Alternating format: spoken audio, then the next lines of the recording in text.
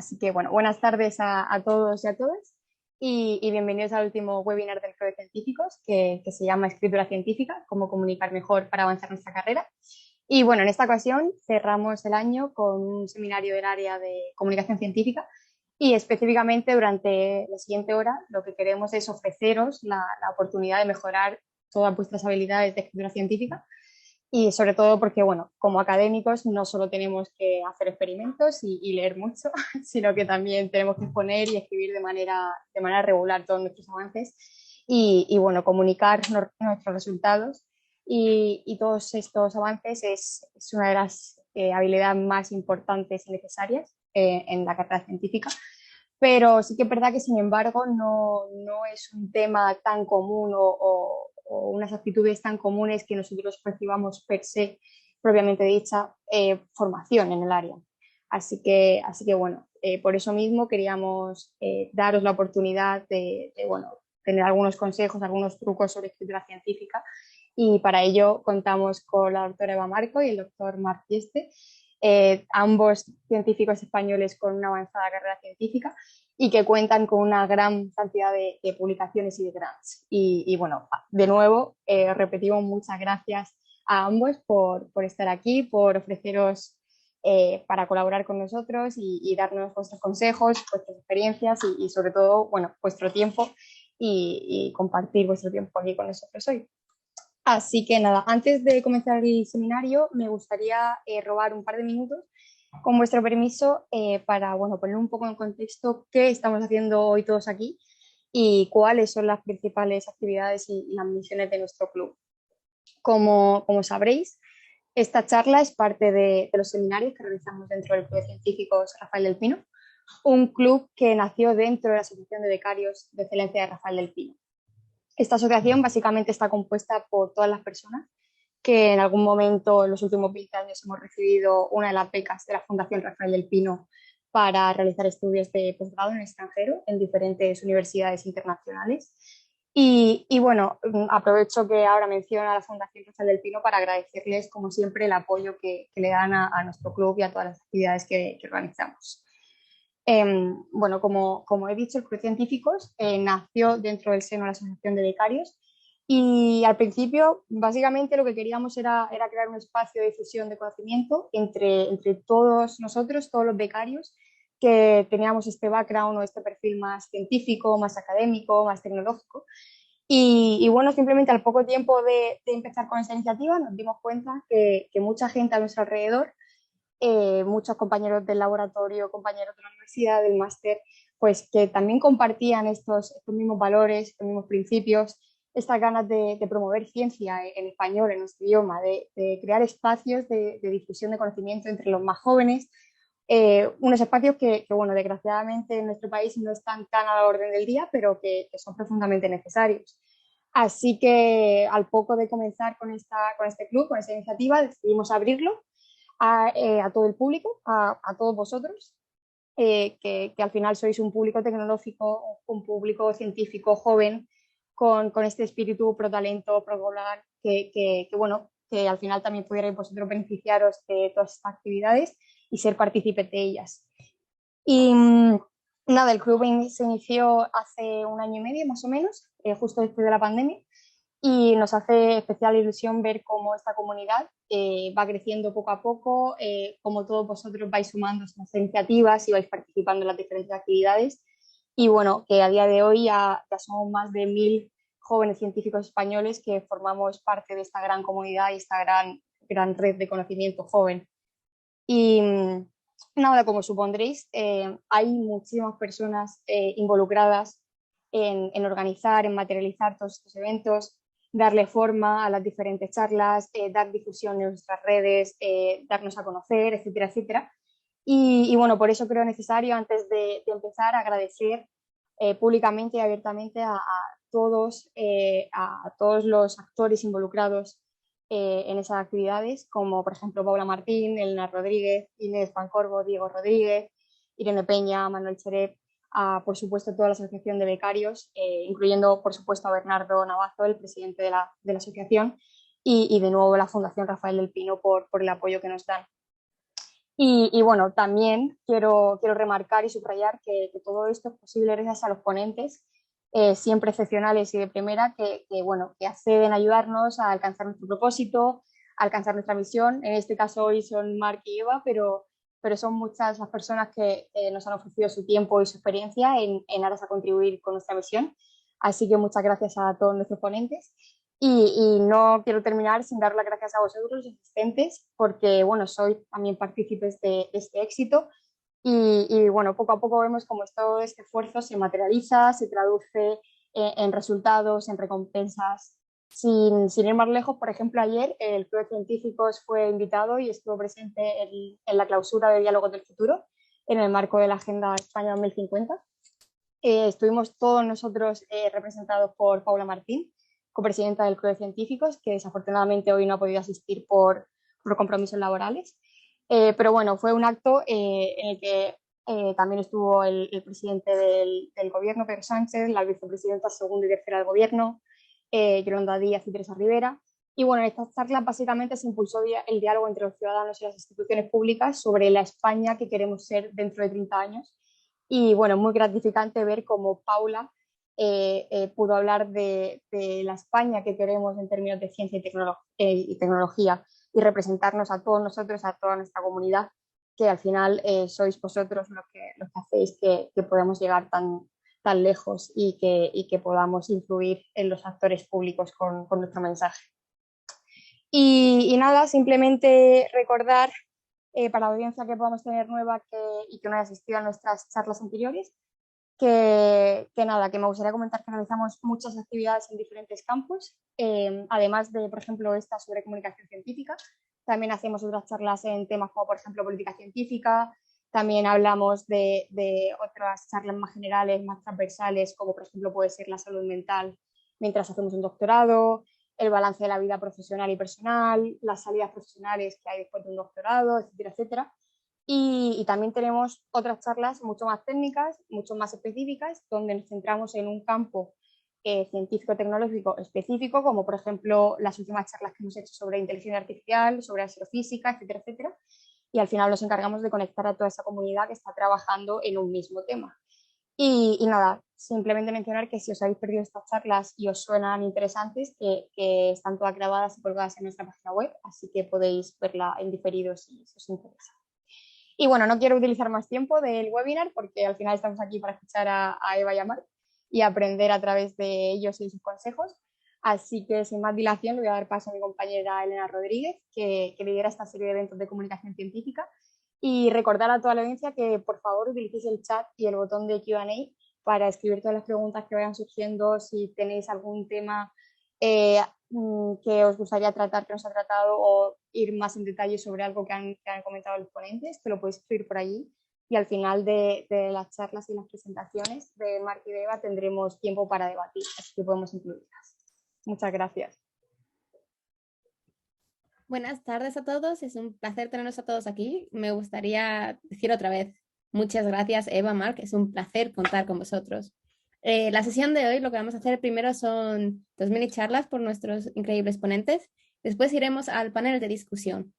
En el panel de discusión tenemos una serie de ideas que ya vamos a ir discutiendo. Si tenéis preguntas relacionadas, las iré cogiendo en ese momento por el chat, por el Q&A y luego tendremos 10 minutitos para otro tipo de preguntas que os puedan surgir. Teniendo eso en cuenta, sin más hesitación, empezaremos por la profesora Eva Marco. Es profesora titular y subdirectora del Departamento de Genética, Fisiología y Microbiología en la Facultad de Ciencias Biológicas de la Universidad Complutense. Además, es la coordinadora del Máster de Neurociencia y forma parte del Comité de Ética de Experimentación Animal de esta universidad. Su investigación se centra en el estudio de los efectos de diversos factores ambientales, desde el estrés a las distintas drogas de abuso, en el comportamiento animal, evaluando diferentes etapas del desarrollo desde una perspectiva de género. El profesor Marcos se licenció y doctoró en biología, especializándose en el área de neurociencia por la Universidad Complutense de Madrid, y al principio de su labor investigadora en el grupo de la doctora María Paz Viveros, en la UCM, realizó varias estancias en centros extranjeros, en los grupos de los profesores Dr. File, en el King's College de Londres, y del Dr. Laviola, en el Instituto Superiore di Sinata, Italia, espero haberlo pronunciado bien, Más tarde se unió como investigadora postdoctoral a este mismo grupo gracias a un proyecto de colaboración con la industria farmacéutica Sigma Tau ESPA y llevando una beca postdoctoral en el Ministerio de Educación y Ciencia.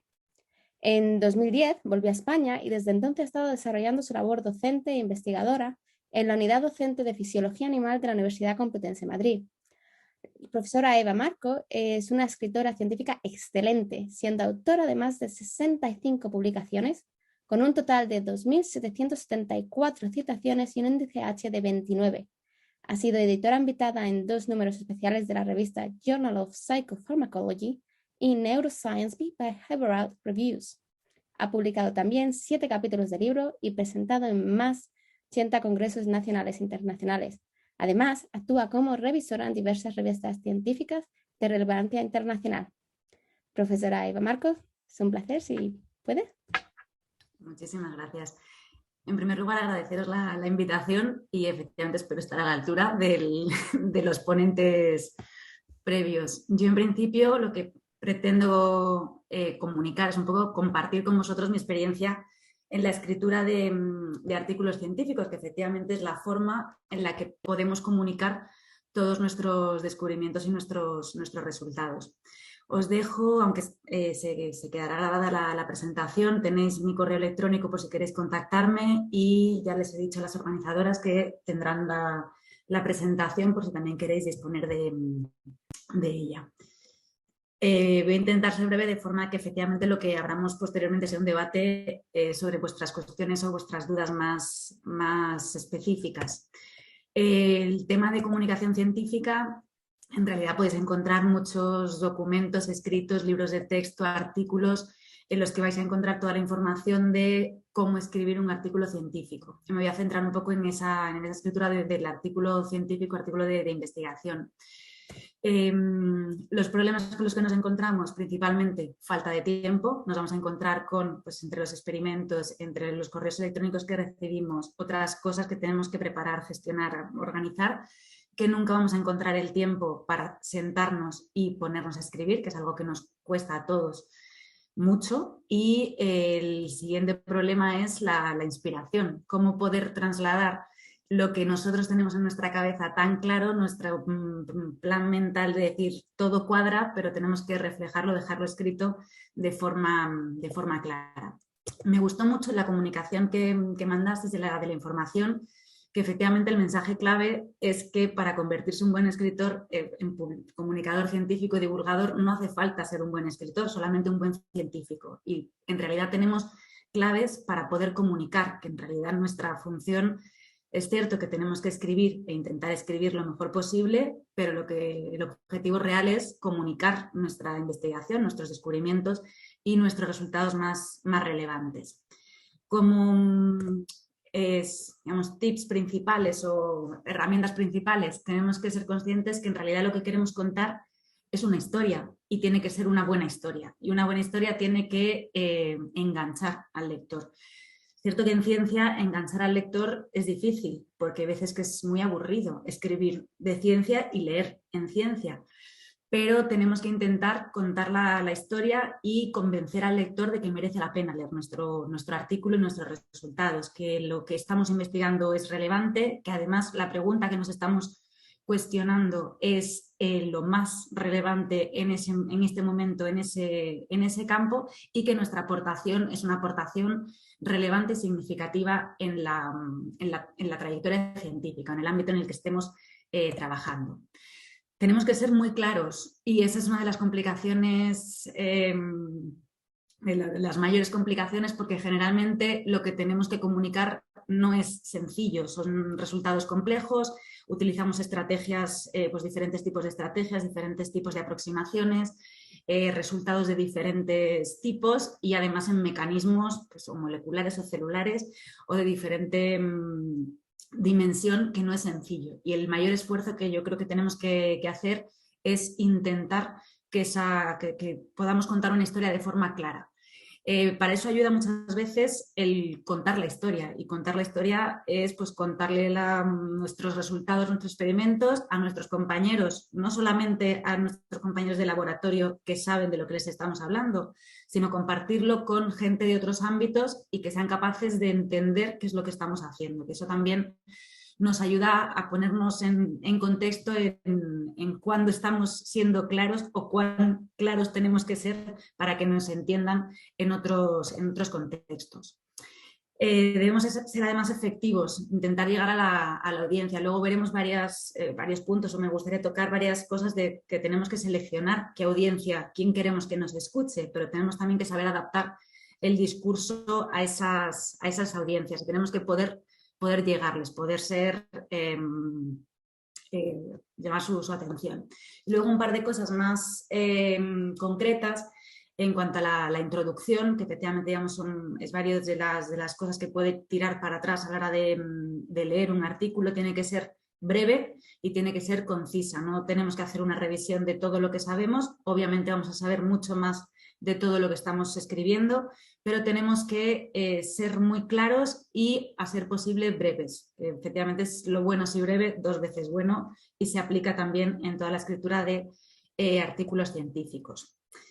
Y otro de los puntos que también se tienen en cuenta en la escritura de los artículos científicos es la distinción entre resultados y discusión. En casi todas las revistas y demás piden que haya unas secciones independientes de resultados y de discusión, y que cada una de ellas se acote a lo que efectivamente se está pidiendo, o los resultados o la discusión y la interpretación de esos resultados. Para ponernos a escribir un artículo científico, ¿qué tenemos que hacer? En primer lugar, sentarnos. Tengamos más o menos tiempo e intentar organizarnos de forma que al menos un espacio de nuestro día o de nuestra semana podamos dedicarlo de forma más intensa a la escritura. También os digo que si queréis buscar un día en el que tengáis, o una semana en la que tengáis solo para dedicarle a la escritura, difícil va a ser. Entonces, que aunque sean trocitos pequeños, aunque sean una franja del día que os resulte mejor en vuestra organización, merece la pena el sentarse y el coger esa rutina. También tenéis que tener en cuenta que, obviamente, el primer borrador que escribamos nunca va a ser el borrador definitivo. Vamos a tener versiones 1, 2, 3, 4, y en realidad el manuscrito y el artículo se escribe a base de revisiones de uno mismo. Yo soy la primera que me corrijo a mí misma cada vez que escribo, y de revisiones de los coautores, de los supervisores, de otras personas que nos van a enriquecer y que van a dar otra visión del artículo. Pero que efectivamente digamos que hay una gran labor de revisión. Es cierto que hay que poner un punto y final, porque sino es difícil el llegar a la perfección, pero que tengáis en cuenta que en la escritura de un artículo el primer manuscrito no es ni mucho menos el definitivo, y nos quedarán unos cuantos para poder seguir o conseguir una versión digna de poder enviarla. No me equivoco de la numeración. El punto número 1 también es publicarlo en una revista científica. Creo que es uno de el objetivo, digamos, esencial del escribir un manuscrito, y deberíamos saber ya desde el momento en el que nos vamos a escribir cuál es la revista científica en la que queremos publicarlo. El decidir qué revista científica lo que nos va a permitir es decidir qué audiencia es la que queremos. Obviamente tenemos que decidir también cuál es la relevancia y el interés de nuestro artículo. Tenemos que decidir el índice de impacto al que podemos llegar. Yo os animo a ser optimistas y a ser positivos, intentar llegar, o sea, por lo menos empezar desde lo más alto. Siempre hay tiempo un poco de ir bajando ese horizonte de índice de impacto, pero que nos pongáis, o sea, siendo realistas, pero que nos pongáis la pega a vosotros antes de poder publicar. Y también creo que hay que tener en cuenta, y también lo veremos en varios de los puntos que sí que quiero tocar, que tenemos que tener en cuenta que quienes van a leer primero nuestros artículos van a ser unos revisores por los que tenemos que mostrar un respeto porque tienen también tiempo limitado y tenemos que darles o facilitarles su labor al máximo posible. Y al final, pues lo que queremos conseguir es la publicación. Los apartados los conocéis todos, encontraréis pues un poco la organización de todos los apartados. Sí que resaltar un poco la organización o el cómo escribir el artículo en función de metodología y resultados, preparación de figuras, preparación de gráficas. En cuanto a la discusión y la introducción, he de deciros que he tenido serias dudas porque efectivamente yo creo que se pueden escribir muy a la par y tienen que ir muy ligadas la introducción y la discusión. Todo lo que se discute tiene que estar introducido ya en la sección de introducción. Y me ha gustado mucho una imagen que ahora veremos a continuación que explica también esta relación.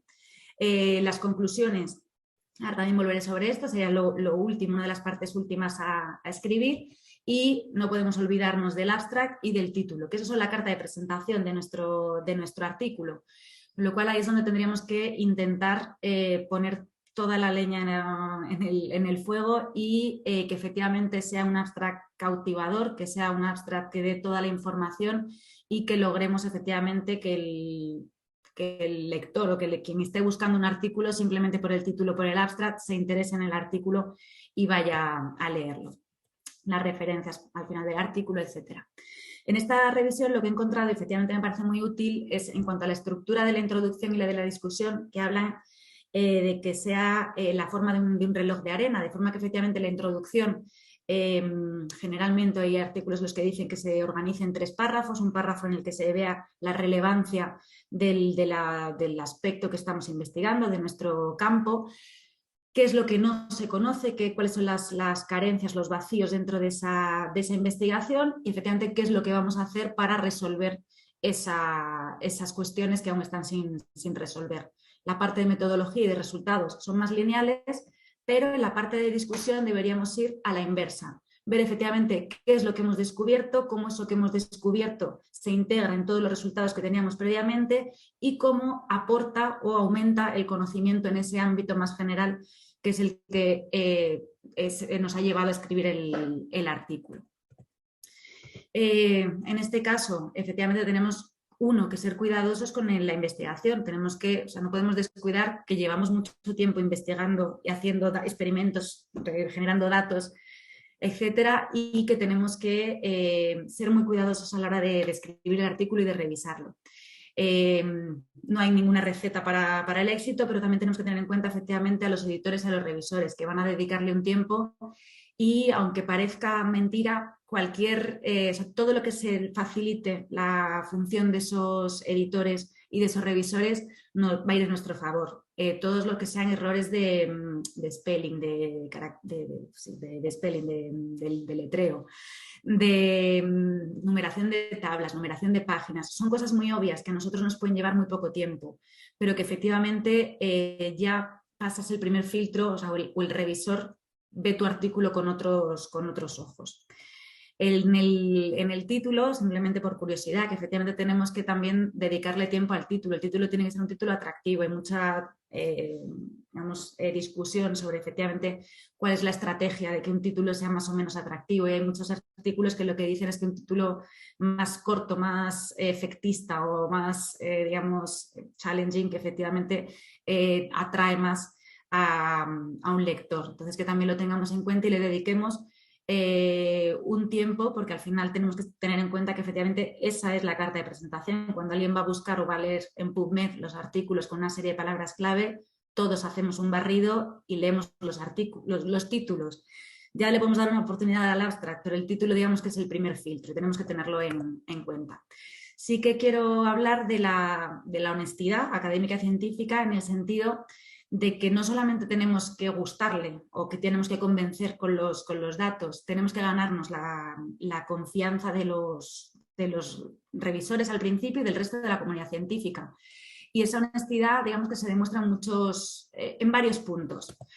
Por lo menos a mí me parece que son varios puntos los que demuestran o nos permiten demostrar nuestra honestidad y nuestro rigor científico. Por un lado, las referencias. Tenemos que ser muy cuidadosos en las referencias. ¿Cuántos no hemos ido a buscar una referencia? Llevamos referenciando un dato del artículo de fulanito y cuando vas a buscar el artículo de fulanito, fulanito no dice eso, sino que va a una revisión y entras en un bucle de revisión donde al final no encuentras ese dato que tú te has creído a pies juntillas desde el minuto 1. Entonces nos lleva mucho más tiempo, pero creo que es una labor que tenemos que realizar y que efectivamente verificar las referencias y ser muy honestos con quién ha dicho qué y en qué momento. Tenemos 1000 estrategias o 1000 herramientas para las referencias, pero que efectivamente debemos ser muy correctos en esas referencias. Tenemos que ser también muy correctos en la descripción de la metodología, que parece obvio, pero también hay muchos detalles que se pierden. Yo me he centrado en mi campo de investigación, animales de experimentación, investigación biomédica, y tenemos una serie de guías que nos indican qué tenemos que contar a todos los niveles, datos perdidos, outliers, porque utilizamos una estadística y no otra.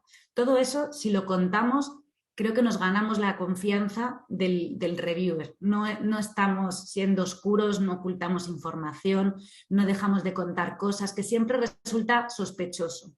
Y yo creo que tenemos que ir con la verdad por delante. Si tenemos confianza en el trabajo que hemos realizado, todos sabemos que hay problemas, que puede haber errores, que perdemos datos, que hay duplicados que no nos salen y que hay a lo mejor ensayos que no tenemos el resultado esperado. Pero todo eso, si se cuenta, creo que forma parte de la investigación y da más peso al valor de la investigación.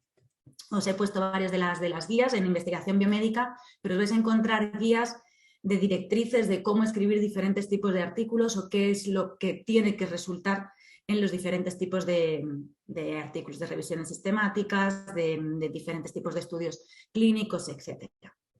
Y el otro punto en el que también efectivamente nos tenemos que ganar a los revisores es en la parte de la estadística. Y tenemos que ser muy, muy honestos. También vais a encontrar muchas referencias, muchos artículos, pero que efectivamente también los revisores tienen en cuenta toda la parte de estadística. Y hay veces que pues, se buscan y tenemos que convencer a los revisores de que no estamos ocultando información, que nuestros datos son suficientemente robustos y que efectivamente estamos mostrando los resultados que hemos obtenido. Y solamente un punto adicional para no robarle más tiempo a Marc, que yo creo que a día de hoy nuestra labor en la comunicación científica no se acaba en la publicación. La publicación vamos a llegar a un público reducido, a un público experto. Vamos a tener publicación en diferentes revistas de investigación, open access o de otros tipos de editoriales. Deberíamos contar todos además en estas editoriales ya empezamos a ver todos el Graphical Abstract. Yo creo que ya todos tenéis ya en mente efectivamente el Graphical Abstract y creo que ya todos empezamos a ser conscientes de la importancia del Graphical Abstract. Que efectivamente muchas veces que una imagen vale más que 1000 palabras y merece la pena el ya, digamos, hacer visible con un único mapa conceptual los resultados de nuestra investigación. Lo que decía es que también en España estamos aún bastante por detrás de otros países, pero también la propia institución debería favorecer o intentar facilitar la divulgación de la investigación. Lamentablemente no en todas las instituciones se hace, ¿no?, de una forma efectiva y nos implica que nosotros tenemos que hacer también esa labor. Y tenemos muchas herramientas a día de hoy y yo creo que efectivamente, y sobre todo vosotros los más jóvenes que tenéis más experiencia, deberíais utilizar a vuestro favor también en la divulgación científica las redes sociales. Y ese Graphical Abstract que habéis utilizado, publicarlo en redes sociales, utilizar infografías y dar visibilidad a vuestra investigación. A día de hoy yo creo que se llega mucho más a través de redes sociales que en PubMed y podéis darle un mayor impacto a vuestra investigación a través de redes sociales. Podéis pensar que llegáis solamente a vuestro núcleo de amistades o de investigación, pero creo que esa red se puede ampliar y podéis hacer mucho más para que os suba vuestro impacto. O sea, al final los índices de impacto, ese índice H, ese índice, todos los índices muchas veces son en función también de las citaciones. Si alguien te conoce porque te han citado en Twitter, ¿qué más te da si no te han encontrado en PubMed? Pero a ti te están citando. Entonces, que también invirtáis el tiempo en utilizar esas otras redes y esta otra red de comunicación para divulgar vuestra investigación. Las preguntas las dejamos para el debate y simplemente dejaros 2 de los artículos que más me han interesado, y un curso que, no es por hacer publicidad, pero efectivamente es un curso que hice hace mucho tiempo, he visto que vuelve a estar activo y me parece muy útil para los que no somos nativos de lengua inglesa para poder y aprender estrategias de escritura científica en inglés. Entonces también, si os interesa, hay muchas posibilidades, pero solamente por dejaros esta información. Y yo ya cierro, Marc, te robo 2 minutos. Vale. Muchas gracias, Eva. Ahora voy a introduciros a Marc, ya como ha dicho ella. Marc Yuste es profesor agregado de biología. Espérate, que se me acaba de... ¿Qué pasó? Ahí está. Bueno, Marc Yuste, perdón, es profesor agregado de biología celular en la Universidad de Girona y director del Centro de Investigaciones en Biotecnología de la Reproducción Tecnosperm. Es además profesor visitante en diversas universidades nacionales e internacionales, incluyendo la Universidad de Oxford. Su investigación está centrada fundamentalmente en la biología celular y de la reproducción en distintas especies de mamíferos, incluyendo la humana. Profesor Yuste se licenció en biología por la Universidad de Girona y recibió un doctorado europeo en biología celular. También es licenciado en ciencias políticas y sociología por la Universidad Nacional de Educación a Distancia. Fue investigador visitante en el Instituto de Zoología de Londres y también ha sido investigador Juan de la Cierva en el Departamento de Medicina y Cirugía Animal de la Universidad Autónoma de Barcelona. En 2014 se unió como investigador Marie Curie en el Nuffield Department of Women's and Reproductive Health de la Universidad de Oxford. En 2016 volvió a España como investigador Ramón y Cajal en el Departamento de Biología de la Universidad de Girona, donde actualmente realiza su línea de investigación. Profesor Yuste es un escritor científico prolífico, con más de 300 publicaciones, incluyendo más de 190 artículos y más de 90 abstracts en revistas internacionales, con un total de 3.221 citaciones y un índice H de 33. Asimismo, es autor de 5 artículos en revistas de divulgación, 12 capítulos de libro y más de 190 comunicaciones en congresos, y además es inventor de una patente.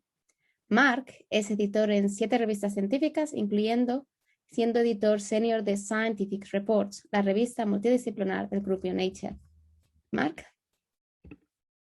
Bien, Elena, muchísimas gracias. Es un placer para mí estar y que me hayas invitado. Además, la Fundación Rafael del Pino, a quien agradezco naturalmente al Club de Científicos la invitación, y sobre todo a ti, porque estoy aquí gracias a ti y que nos conocemos desde la época que empezaste tú en el máster en Oxford y yo, como fuiste mi mental al principio, ¿no te acuerdas, no? Bien, pues a mí cuando veo que la gente que está conmigo, evolucionan también y hacen tan buena carrera investigadora y van y obviamente me superan, ¿no? Que es lo que tiene que ser, pues es algo que es muy gratificante, porque al final eso es como tiene que funcionar la ciencia, que a veces no siempre funciona así.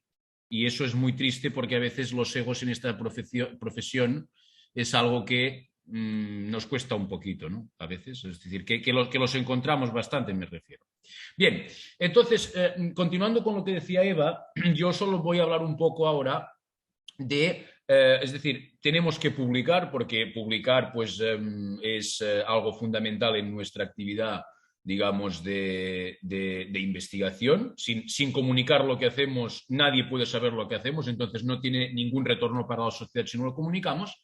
Pero además de esto, y además de todas las técnicas y todas las estrategias que Eva nos ha mencionado y con las que estoy de acuerdo al 100%, hay una parte que es también muy importante, que es la parte de qué impacto tiene la publicación para nuestro currículum científico. Y aquí Eva estaba diciendo, ponía en la primera diapositiva, ponía publicación, lo ponía en mayúsculas, es decir, que al final realmente lo publiquemos y que veamos lo importante que es publicar, sobre todo para nuestro currículum. Entonces, ¿para qué es importante? Bien, como ya sabéis, en la financiación de la investigación, que puede ser a distintos niveles, tan a nivel público como en el privado, sobre todo a nivel público, sea el nivel que sea, sobre todo en los niveles nacionales, el Ministerio Español, el Medical Research Council, el Wellcome Trust, la Von Humboldt Foundation en diferentes países y obviamente también en la Unión Europea o el NIH en Estados Unidos, todos ellos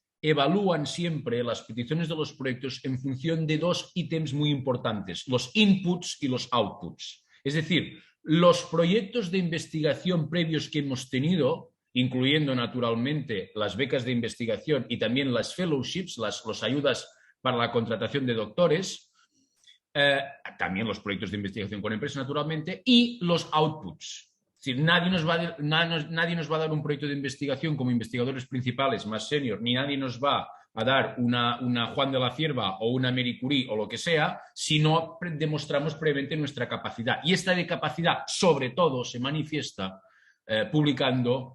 mostrando los artículos publicados en revistas internacionales indexadas en el Journal Citation Reports, como comentaba antes Eva, y sobre todo si es posible que estén en el 25% superior a su categoría, si puede ser el 10% mejor, y si además es en las super mega revistas como Lancet, Science, Nature, New England Journal of Biomedicine, Nature, Cell Biology, etcétera, pues mejor que mejor, ¿no? Y a otros ítems que también valoran son la supervisión de estudiantes que hemos hecho. A veces esto lo olvidamos, ¿no? Y a veces pues no entendemos o no sabemos que en una parte muy importante del currículum de un investigador está también su capacidad formativa, es decir, aquella que permite demostrar realmente que no solo es un buen comunicador, porque va a congresos y publica, no solo es un buen investigador, pues que es capaz de atraer financiación, sino que además es capaz de formar a otras personas que después tomarán pues el relevo cuando sea el momento o simplemente continuarán en estadios posteriores de su carrera, ¿no? ¿Cuáles son las fellowships que yo diría más importantes para las personas como vosotros que estáis en una estadia, digamos, de doctorados o de junior postdocs? Bueno, pues pensando un poco en la carrera investigadora en España, tenemos en primer lugar las junior fellowships. Aquí tendríamos la Juan de la Cierva Formación e Incorporación, la programa Sara Borrell del Instituto de Salud Carlos III, las Marie Curies, que os aconsejo que os miréis. Después tenemos ayudas de senior postdocs, que serían el Ramón y Cajal, el Miguel de Servet, la María Zambrano y también el programa Madrid Talento. Respecto a los junior postdoc, ahora también ha habido el programa Margarita Salas. El gobierno, de hecho, la Comisión Europea dio diferentes ayudas a los distintos gobiernos nacionales para que estos implementaran, a través de las partidas que se legaron de la reactivación de la economía por la pandemia, pues entre otras cosas la recualificación del sistema universitario español, que está muy mal, no solo por todo lo que nos explicaba Marina, que también ya suscribo al 100%, sino porque tenemos una plantilla envejecida y necesitamos realmente un cambio generacional y necesitamos investigadores, ayer lo comentaba con Eva, y necesitamos investigadores que vengan de fuera. El gran enemigo de la investigación en España no es solo que el gobierno da dinero, sino es que el dinero que hay muchas veces está muy mal empleado porque hay muchos profesores de universidad que, aun teniendo una dedicación a la investigación que tiene que ser por contrato de entre el 60 y el 70%, no hacen investigación. Y ese es el gran enemigo que tenemos, ¿no? Por tanto, os invito a todos a que penséis en estas ayudas para que lo penséis y para que volváis, porque os necesitamos. Y os animo, y tengo también un mensaje también de esperanza, porque seguro que la proyección que hay es buena, pero hay que saber jugar bien las cartas que tenemos y hay que ser estratega y hay que tener en cuenta las becas que hay y hay que tener en cuenta que no podemos ir a hacer la guerra sin ningún arma, no podemos pedir una beca sin los artículos. Y eso, si no lo sabemos, pues todo esto podemos explicar aquí muchas convocatorias, pero no tenemos los artículos. Entonces, importantísimo esto. Y si lo hacemos bien, hay partido. Yo os animo a que lo juguéis. Yo así lo hice, después tuve muchos problemas con departamentos y estas cosas, ¿no? Pero al final he salido adelante, y bien además. Podía montar mi grupo, etcétera, ¿no? Bien, y finalmente las becas senior o programas senior, donde ya lo que hacen es contratar investigadores. Aquí tendríamos bien los contratos que ofrecen como profesores de investigación indefinidos la Fundación Iker Basque en el País Vasco, la Fundación ICREA en Cataluña, o todo el Consejo Superior de Investigaciones Científicas, que incorpora en gran parte a científicos que disponen del certificado I3, que se ha abierto otra vez el plazo y os animo a que lo pidáis los que lo podáis hacer, que hay tiempo hasta el 30 de enero. Y el certificado I3 había una vía de la estabilización que por ley es necesaria dentro del 15% de los profesores de universidad en el ámbito de la Administración General del Estado. Por tanto, quiero decir con eso que además de estabilización para los investigadores, ya sea en el CSIC, con o sin certificado I3, y en las fundaciones estas que he comentado, hay en la universidad, que es lo que voy a hablar ahora. Bueno, convocatorias obviamente no las encontraremos pues en la página web del Ministerio de Ciencia e Innovación y en la página web del Ministerio de Universidades, los programas de captación de talento, ahí encontraréis la información de todas estas convocatorias, y en la página web del Portal de Europa de Investigación de la Unión Europea vais a encontrar la información al respecto de las Marie Curies, cuya evaluación, como ya vemos, tiene un peso en cuya evaluación, como ya vemos, en la parte de excelencia, como ya podéis ver a la izquierda, ya pone capacidad del investigador de alcanzar y reforzar su posición de independencia y madurez profesional. Y aquí que van, obviamente, los artículos, claro, naturalmente. Si no, no hay capacidad posible de ningún tipo, ¿no? Y esa es la parte que cuenta más en la Marie Curie. Eso es un ejemplo de que los distintos apartados de cualquier tipo de beca de investigación, sea una Marie Curie, sea la von Humboldt, sea la que sea, los artículos tienen un papel preponderante. Las becas de investigación o los proyectos de investigación es aquello que hay que plantear de pedir para aquellos que estéis en una etapa de la etapa de investigación o de la etapa académica ya más avanzada, donde ya vosotros podéis pedir, o vosotras podéis pedir un proyecto de investigación aglutinando alrededor vuestro a un grupo de investigadores. Aquí había un programa muy interesante que en el momento lo han quitado, de jóvenes investigadores sin contratación indefinida, que lamentablemente de momento no parece que lo hayan convocado, veremos a ver si hay suerte. Aquí hay varios programas, todos ellos beben del programa del Horizon Europe de Europa, antes del 2020, y las ayudas que os invito a que consideréis del European Research Council, del Consejo de Investigación de la Unión Europea, que si no recuerdo mal, no solo es aplicable en los países miembros de la Unión Europea, sino también a aquellos que están asociados a este programa, y eso incluye a Suiza, y creo también que para este tipo de investigación al Reino Unido también lo incluye, no lo ha excluido de la investigación, por tanto, mirarlo, diferentes etapas con dinero que es precisamente para constituir un grupo de investigación, y que además, si se negocia bien una vez alcanzado este tipo de contratos o proyectos, se pueden alcanzar buenos acuerdos con la universidad para que saque plaza, etcétera, etcétera. Es decir, hay maneras de negociar y negociar bien desde una posición un poco más de fuerza, ¿no? Y después otros proyectos de investigación que os podéis plantear para que no os quedáis siempre y exclusivamente focalizados en la investigación científica básica, olvidando la empresa, pues muchas veces mucha investigación se da a través de las empresas. No entro yo ahora en el debate de si es bueno o malo eso, sino que yo lo que digo es que las políticas públicas fomentan la investigación aplicada, y que para ello, naturalmente, pues la colaboración empresarial es muy importante, y que en ese sentido tenemos diferentes programas de investigación, como el programa Eureka de la Unión Europea y el programa ERANET, que es un programa también de cofinanciación en el que intervienen los gobiernos nacionales, que permite presentar proyectos de investigación, consorcios con varios países miembros asociados de la Unión Europea, y que tienen que aportar tanto grupos de investigación como empresas. ¿De acuerdo? Bien, y todo esto que hemos explicado, ¿qué? O sea, una vez Eva nos ha explicado los artículos, yo he estado explicando aquí las fellowships. ¿Y todo esto qué? Todo esto es lo que estaba Marina diciendo antes, que es la ansiada carrera investigadora y la ansiada estabilización que seguramente todos y todas buscáis, porque todo el mundo quiere, pues, estabilizarse en algún lugar. Eso es evidente, eso es algo que nadie quiere estar algunos querrán volver, otros quizá no, pero sea como sea, lo cierto es que todo el mundo se quiere estabilizar. Aquí, como vemos, en primer lugar, ya vemos la gente que empieza el doctorado y a la gente que termina siendo PI, y la brecha de género que hay, donde vemos que hay una mujer para cada 9 hombres, que eso es algo que espero también que en las generaciones, o sea, que en los años venideros va a corregirse, ¿no? Y va a equilibrarse como tiene que ser, claro.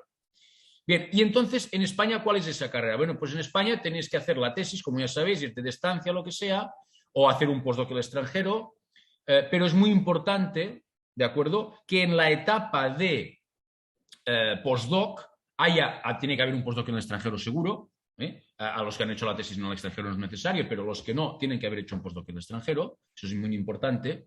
Y también es importante, seguramente, según la situación, de volver a España con otro postdoc, con un programa Ramón y Cajal, con el Juan de la Cierva Incorporación, formación ya no, incorporación, con la María Zambrano que he mencionado anteriormente, que está bien pagado y está bien reconocido. ¿Y después qué? Bueno, pues después ya tendremos que pasar a lo siguiente. Es decir, una vez ya hemos hecho el grado, el máster, el doctorado, el postdoctorado, ¿de acuerdo? Entonces llegará un momento donde habrá que estabilizar nuestra posición. Y en España esto o bien se hace mediante los contratos que mencionaba anteriormente, vía CSIC, como contrato investigador distinguido vía certificado I3, o con un currículum bueno de fundaciones como ICREA o Ikerbasque que pretenden, son autonómicas y pretenden pues nombrar a profesores de investigación directamente, catedráticos podemos decir, ¿no? De investigación, que básicamente hacen investigación y que sí, pasa. Y que catedráticos de investigación que pueden llevar a cabo pues, su carrera científica, pero sin embargo la mayor parte de las plazas, la mayor parte de la establección en España no viene de centros de investigación, sino que viene de las universidades. Eso es absolutamente indudable si miramos la cantidad de ofertas de plazas que se abren en un lugar y otro, ¿no? Y aquí viene la cuestión fundamental. ¿Cuál es esa cuestión? Que para alcanzar en España, de momento, la actual ley vigente en estos momentos, que es la Ley Orgánica de Universidades, modificada por la ley de la modificación del 2007. Parece que el gobierno ahora está en camino de abrir otra reforma, ¿no? Pero de momento ese es el tema que hay, ¿no? Entonces, para acceder al sistema, vosotros y vosotras que estáis en el extranjero, o bien podéis accederéis como ayudante doctor o como contratado doctor, o como titular quizá, ¿no? Después, eso depende si es contratado doctor y es un contrato indefinido, y titular y catedrático es cuando es indefinido y además es funcionario del Estado, ¿no? En cualquier tipo de estas figuras que he puesto aquí, en todas ellas se pide una acreditación. ¿Qué quiere decir una acreditación? Una acreditación es un sistema que existe en Francia, existe en Italia, que yo sepa no existe en Inglaterra, no existe en otros países. En Alemania existe una cosa que se llama acreditación, que es un poco diferente, ¿no? En cualquier caso, esta acreditación requiere que nosotros presentemos al gobierno nuestro currículum y él lo evaluará con unos baremos y allí se va a evaluar la docencia y la investigación. Por tanto, no olvidemos la docencia, porque precisamente la docencia a veces también, si tenemos oportunidad de que nos dejan hacer unas prácticas, es mejor hacerlo, porque eso nos va a dar, siempre y cuando obviamente se reconozca en el plan docente como tendría que ser. Si es que nos enchufan unas clases de otro profesor o catedrático, profesor, etcétera, entonces hay que decirle que no, que se vaya a dar las clases o si no, que no se vaya a jugar a golf, ¿vale? Pero si nos ofrecen ellos dar estas clases, tenemos que aceptarlo porque eso nos va a dar puntos, ¿de acuerdo? Y estas acreditaciones, por tanto, son condición sine qua non para poder nosotros presentar nuestra aplicación, nuestra solicitud para el concurso de oposición que sea, ¿no? Entonces, ese es el panorama que tenemos. Vosotros no sé de dónde estáis, están en postdoc de extranjero, que puede llegar a ir al exilio, espero que no, o bien volver con un Juan de la Cierva, con un Ramón y Cajal, pero siempre al final, o bien como investigador contratado de funcionario del CSIC, por tanto certificado I3, o bien como profesor titular de universidad o contratado doctor, para lo cual se requiere una acreditación. ¿Y estas acreditaciones cómo se evalúan? Bueno, pues tanto la acreditación de ayudante doctor, que también está en proceso de cambio, todo está siempre en proceso de cambio, ¿no? Pero de momento lo que hay es que de los 65 puntos que hay que sacar de la acreditación, 35 vienen de publicaciones científicas. Eso nos indica hasta qué punto en el peso de la evaluación no hay nada que tenga más peso que esto, ni en la de ayudante doctor, ni tampoco en la de contratado doctor, que sería la siguiente, que ya nos permitiría tener un contrato indefinido. Eso nos indica hasta qué punto la relevancia de las publicaciones y todo lo que nos ha estado explicando Eva antes es importante, porque eso es lo que nos va a dar la ansiada estabilización que anhelamos. No hay otra cosa que esto. Y esto va a dar después estos otros ítems que pone aquí, proyectos de investigación, dirección de tesis doctorales cuando ya sea el momento, etcétera, etcétera, ¿no? Todos estos puntos son importantes a tener en cuenta. Finalmente, para concluir, deciros que la resolución publicada la semana pasada de la Secretaría General de Universidades vuelve a abrir para todos aquellos y aquellas que tengáis que hubierais leído la tesis después de 2000, los últimos creo que son antes de 5 años, o sea, que tiene que hacer 5 años que sois doctores y doctoras, pedidlo. Pedidlo, es importante. ¿Por qué? Porque el 15% de las plazas tienen que reservarse a estos investigadores. Y las universidades raras veces cumplen esto. ¿Por qué? Porque tienen gente que muchas veces no han hecho ninguna estancia de investigación, apenas publican, apenas hacen nada, pero están allí calentando la silla y a ellos después les facilitan esto, y en cambio el gobierno tiene esto reservado para investigadores precisamente del perfil de los beneficiarios de una ayuda de la Fundación Rafael del Pino, que precisamente persigue la excelencia académica y que está pensado para este tipo de certificado, que es un certificado de acreditación de la investigación. Por tanto, mi mensaje con todo esto es, en primer lugar, publicar de acuerdo con lo que Eva nos está comentando, no solo desde la perspectiva de la obligación de cualquier investigador, de su compromiso con el retorno social de alguien que nos está pagando el sueldo, sino también porque eso es la llave del futuro nuestro, como personas, digamos, como cada uno de nosotros. Eso es lo que nos va a abrir la estabilización y eso es lo que también nos va a permitir la promoción cuando ya haya habido la estabilización. Puede haber mucha coyuntura, puede haber limitación de presupuestos, puede haber competitividad extrema, puede haber patadas y codazos por parte de los departamentos. Pero lo que sí está claro es que con un currículum sólido de investigación, que viene básicamente de las publicaciones, que sean buenas sobre todo, muy importante, y que nos citen, también importante, y todos los consejos que nos han dado.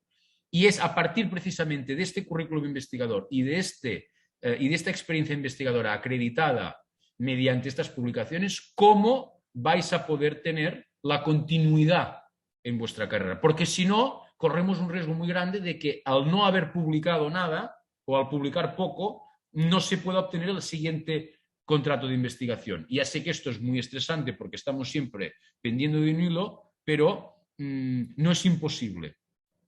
Y lo que decía Eva, ir poniéndose un poco cada día, intentando buscar una hora y escribir, aunque sea hacer el esbozo, aunque tengamos que pulir en la 4ª revisión lo que hemos puesto. El solo hecho de escribir, comunicar y después saber que quien nos tiene que leer nosotros no podemos escribir un artículo poniendo 4 apuntes, ¿no? Tenemos que escribir algo que no es para nosotros, es para que alguien lo lea y lo entienda, no para que nosotros lo entendamos. Por tanto, las frases tienen que tener un sentido, naturalmente, ¿no?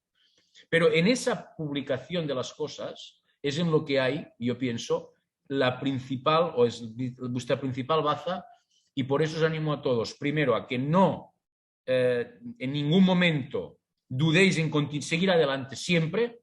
Necesitamos investigadoras y investigadores, necesitamos profesores de universidad, necesitamos gente que venga del extranjero. Eso es absolutamente imprescindible. La Agenda 2050 y la 2080. Y no olvidemos nunca las posibilidades que hay de financiación y la importancia que tiene la publicación en todo esto. Bien, y con esto yo ya habría terminado, Elena, y por tanto ya podemos, cuando quieras, el debate. Muchas gracias, Marc. Las 2 charlas han estado genial. A ver, vale, perfecto. Vamos a empezar un poco el detalle con la lista que teníamos. La primera hemos hablado de escribir y ambos habéis mencionado lo de escribir todos los días un poquito o encontrar la manera, pero cuando queremos empezar a desarrollar esa rutina, ¿qué sugerís? Porque obviamente estamos teniendo en mente que en algunos casos tenemos una publicación ya en mente que queremos escribir. ¿Sería, por ejemplo, buena idea escribir aunque no tengamos algo en mente, aunque sea simplemente ponernos para trabajarlo o solo cuando tenemos un objetivo claro? Empiezo. A ver, yo creo que hay que escribir siempre porque siempre tenemos algo en la cabeza. Aunque tengas un grupo de artículos, siempre tienes unos datos que tú vas a querer publicar. No sabes aún dónde, no sabes cómo, pero sabes en qué contexto y qué resultados estás obteniendo, cómo vas a querer justificarlos. Entonces, lo primero que os diría es leer, que os lo habrán dicho todas las veces.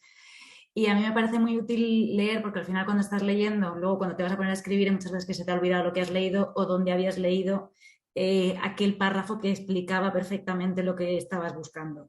Entonces, a mí muchas veces hago copias y pegas y tengo un archivo en el que directamente pues voy teniendo los párrafos de las discusiones que me gustan, de las introducciones, y como es copia y pega, yo lo que hago es los marco con colores, de forma que tengo las ideas, tengo los párrafos, sé que eso es plagio y no puedo utilizarlo, y luego ya sobre eso voy reescribiendo y voy reelaborando muchas veces, pero sabiendo un poco cuáles son los puntos básicos. Es una opción. Y a mí otra cosa que me resulta muy útil, que no es tanto escribir, pero luego ayuda mucho a la hora de escribir, es organizar archivos, tablas de Excel, donde apuntas todo lo que has ido leyendo, que al final para las discusiones es muy útil, porque al final dices tú, ¿por qué me da lo contrario a todos los demás? Y tienes tu tabla y puedes ver de un solo vistazo, es que todos lo están haciendo en una línea celular específica, es que todos lo están haciendo en ratones macho, es que lo mío son hembras, es que... Entonces te da mucha visión para ver efectivamente de un golpe de vista lo que son los resultados, igual que los tuyos, los contrarios, y puedes ver o definir teniendo todos los parámetros, o todo lo han medido por Western y no por inmunohistoquímica, lo han mirado y te puede dar una idea más clara para poder discutir. Entonces, si uno no está inspirado para escribir o no sabe bien aún qué escribir, leer y organizar la información de forma que sea muy fácil acceder luego a ella cuando efectivamente tienes que poner a escribir, porque ya tienes claro que esos datos los tienes que publicar. Perfecto, Marc, ¿quieres aportar algo? Bueno, yo suscribo lo que ha dicho Eva, ¿no? Es decir, a veces otra manera de funcionar, digamos, que puede también ser importante aquí es empezar una investigación planteando más o menos cuál es el artículo que querríamos hacer. Es decir, en lugar de hacer y cuando hemos hecho alguna cosa, escribir lo que hemos hecho y publicarlo, ¿de acuerdo? Hacer exactamente al revés, es decir, diseñar un mini proyecto de investigación que no deja de ser el artículo, y entonces en la preparación del proyecto de investigación que se discute en una meeting, lo que sea, pues allí hay la introducción, los antecedentes de lo que vamos a investigar, y nosotros mismos vamos a establecer la metodología. Ya tenemos la parte, digamos, hecho, y entonces los resultados de la discusión no lo sabemos, pero sí sabemos qué queremos hacer, por qué lo queremos hacer, y si puedes saber también dónde lo queremos enviar y qué expectativas tenemos, también es importante, ¿no? Eso es algo que es otra manera de hacerlo, que dependerá también del tiempo que tenga cada uno. Cuidado, porque no siempre podrá ser así. Es decir, a veces uno no tiene otro remedio que ir haciendo, y cuando tiene como decía Eva, ¿no? Ir haciendo, ir tomando notas, ir escribiendo todo, eso va muy bien, ¿no? Y yo creo que ese es el punto fundamental. No perder la conexión entre el ordenador y el laboratorio. Es que a mí no me gusta escribir, ya, pero es que la cuestión es que, o sea, lo que tú haces, si no lo explicas a la gente, no lo sabrán. Y la única manera que te entienden de leer la gente es escribiendo, si no te van a leer, ¿no? Entonces yo, quizá, además de esto, una estrategia posible es decir, bueno, yo quiero hacer un artículo, muy bien, ¿qué quiero hacer? Una historia, decía Eva, ¿no? Una historia, planteamiento, nudo y desenlace. Voy a plantear la historia, después voy a hacer un nudo y desenlace. ¿Qué quiero hacer? ¿Cómo lo voy a hacer? ¿Cuándo lo voy a hacer? ¿Cuánto tiempo voy a necesitar? Es que yo tengo un postdoc de 2 años, pues tendrás que plantearte el tiempo, porque si no tienes ninguna estrategia, vas a ir haciendo, llegará el día que se den el postdoc, no verá nada. O sea, habrá muchos resultados, cierto, pero no habrá ningún artículo publicado. Entonces aquí quizá hay que plantear y decir, bueno, ¿qué puedo hacer? ¿Qué tengo que hacer? ¿Qué me gustaría hacer? Bueno, eso es también, ¿no? Pero eso... No siempre. Eso, la mayoría de veces no se puede. ¿Qué yo quería investigar? Bueno, sí, yo también quiero la luna, pero no la tengo. No sé cómo decir, ¿no? Pero hay que, pienso yo, hay que plantearlo de manera que cuando vamos a empezar una investigación estemos pensando en el artículo que al final querríamos hacer. Obviamente eso es una idea, porque al final pues no, ya sabemos que yo quiero publicar en Nature. Bueno, sí, todo el mundo, pero eso no se puede tampoco. No puedes pensar que vas a publicar un Nature en 1 año o en 6 meses. Eso es imposible. ¿Cómo lo sabrás? Lee, como ha dicho Eva, ¿no? Mírate los artículos que publican y cuenta tú si con el tiempo que tienes tú lo puedes hacer. Es que tengo una beca de 2 años, ¿lo podrá hacer? No, pues entonces piensa si realmente es viable esto, porque a lo mejor estás asumiendo mucho riesgo queriendo hacer algo que ya de entrada parece poco real. Ya sabemos que eso no tendría que ser así, que tendríamos que tener el contrato. Sí, todo eso ya lo sabemos, pero esa es la realidad, es esa, ¿no? Y entonces yo creo que aquí tan importante es no olvidar nunca escribir como también pensar que para la estrategia de la subsistencia, saber qué tenemos y qué podemos hacer es fundamental. Me parece muy interesante y va lo siguiente que os quería preguntar. Hemos hablado de dónde lo publicamos, qué revistas, pero uno de los temas en los que me he visto yo charlando últimamente, por ejemplo, es qué tipo de científica eliges. ¿Eliges por factor de impacto o eliges por H-index? ¿Eliges para que tengas más citaciones o eliges para que simplemente la revista te una más a la hora de enfocar tu carrera profesional? Porque obviamente tenemos gente que va por cantidad, gente que va por calidad y también los métodos de evaluación están variando. ¿Cómo lo enfocaríais? ¿Qué tendríais en cuenta? Yo ahí os diría que o sea, desde el punto de vista, yo trabajo en academia, entonces efectivamente los baremos con los que trabajo son los de la universidad y va al peso. Priorizaría Q1, o sea, cuartil 1, decil 1. Aunque el índice de impacto sea más bajo, porque efectivamente, pero viendo la evaluación de cómo se hacen los baremos en los que, o sea, las evaluaciones en las que he participado, el índice de impacto pierde peso, no se valora tanto el índice de impacto como que efectivamente esté en cuartil 1 o no. Y tendría en cuenta, en la medida de lo posible, que hay uno, no siempre, es capaz de intervenir número de autores, que también es algo que efectivamente se tiene en cuenta en muchos casos, que muchas veces no lo sabemos, pero un mayor número de autores te penaliza. Efectiva. Sí, o sea, aquí, y como dice Eva, primero de todo, desde un punto de vista de qué es mejor, calidad o cantidad, vamos a ver. Primero de todo, lo que uno tiene que plantearse es qué es lo que puede hacer. Primer punto, ¿vale? Es que yo quiero publicar un Nature, sí, pero ¿lo podrás hacer? Porque si tú estás en un grupo que no se hablan con entre ellos ya no se hablan, allí una colaboración para hacer un Nature no hay. Porque el Nature, el problema que tienes después, cuando ya es el momento de publicar, va a haber guerra absoluta para ver quién es el primer autor. Si tú has publicado un Nature pero no es el primero, bueno, puede salir allí de relleno, pero eso ya el impacto que tiene con tu currículum es muy poco, si no es que tienes artículos de primer autor de Q1. Por tanto, primer elemento, ¿qué puedo hacer? Segundo elemento, yo puedo, o sea, ¿dónde quiero ir? ¿Qué quiero hacer? ¿Quiero pedir un starting grant? Entonces un Nature es muy importante, un Science. Ahora, evalúa el riesgo de poder hacer, cuidado, porque no sea que tú dices, yo voy a poner todos los huevos en una cesta, que es publicar un Nature, y para que me den un starting grant o un consolidator o lo que sea, pero después resulta que no lo publicas, entonces no tendrás nada.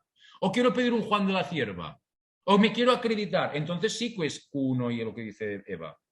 Entonces aquí no hay más manera de hacerlo que hacer no una cosa, Elena, las dos. O sea, una estrategia de fondo, de corredor de fondo, y una estrategia de corredor de sprint. Corredor de fondo, voy a hacer un Nature o un Science o un, yo qué sé, Lancet o lo que queráis, me es igual.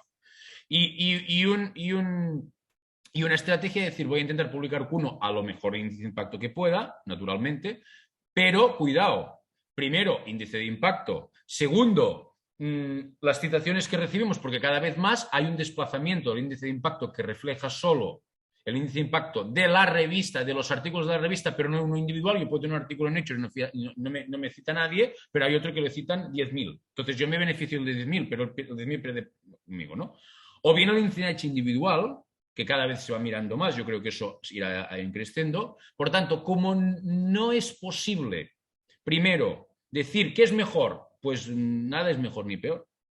¿Dónde quiero ir? Pues depende, porque a lo mejor tú quieres enviar un Juan de la Cierva y al mismo tiempo enviar una MRC o un Welcome Trust. Entonces, ¿qué vas a hacer? Pues tendrás plan A, plan B, plan C, plan D, y en cada uno de ellos los criterios que van a evaluar van a ser diferentes.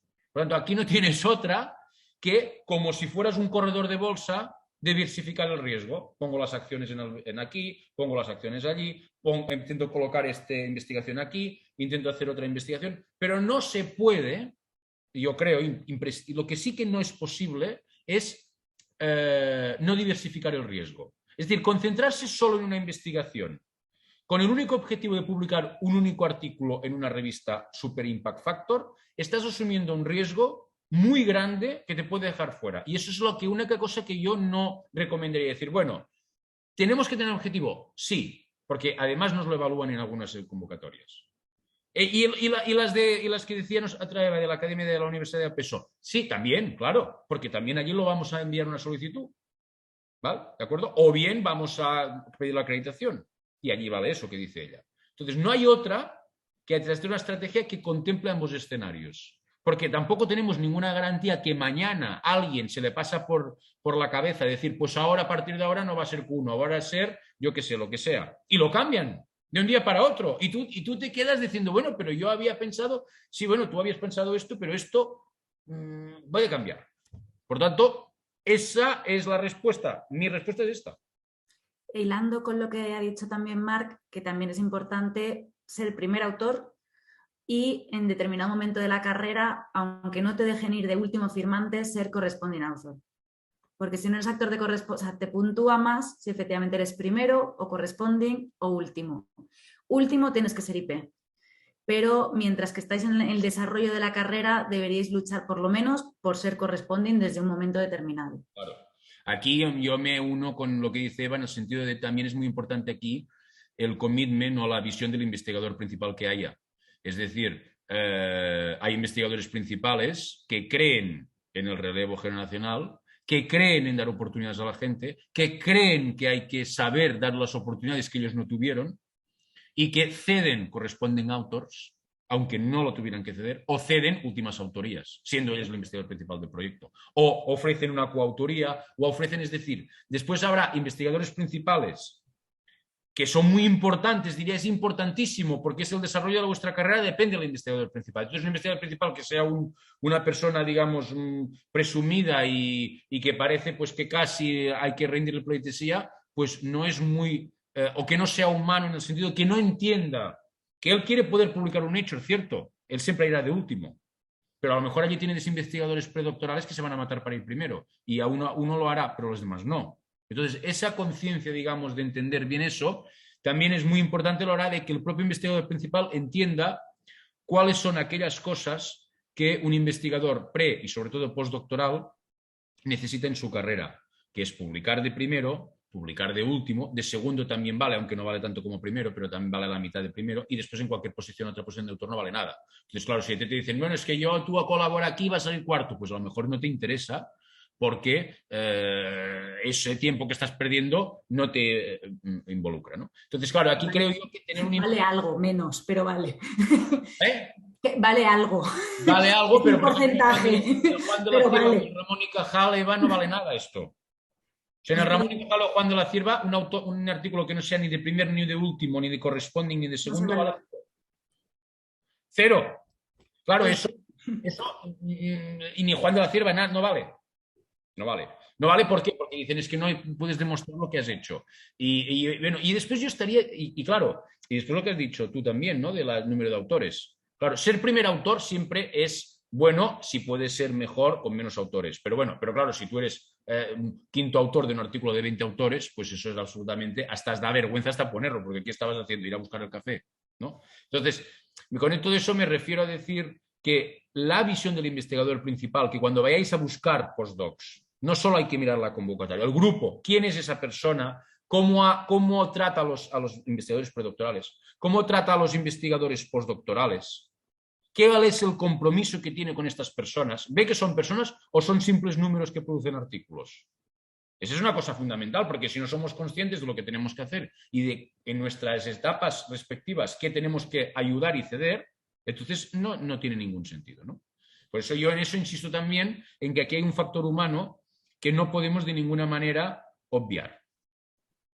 Completamente de acuerdo. Muchas gracias. Mirando ahora, estamos hablando de la perspectiva más en grupo, con toda la gente que escribe.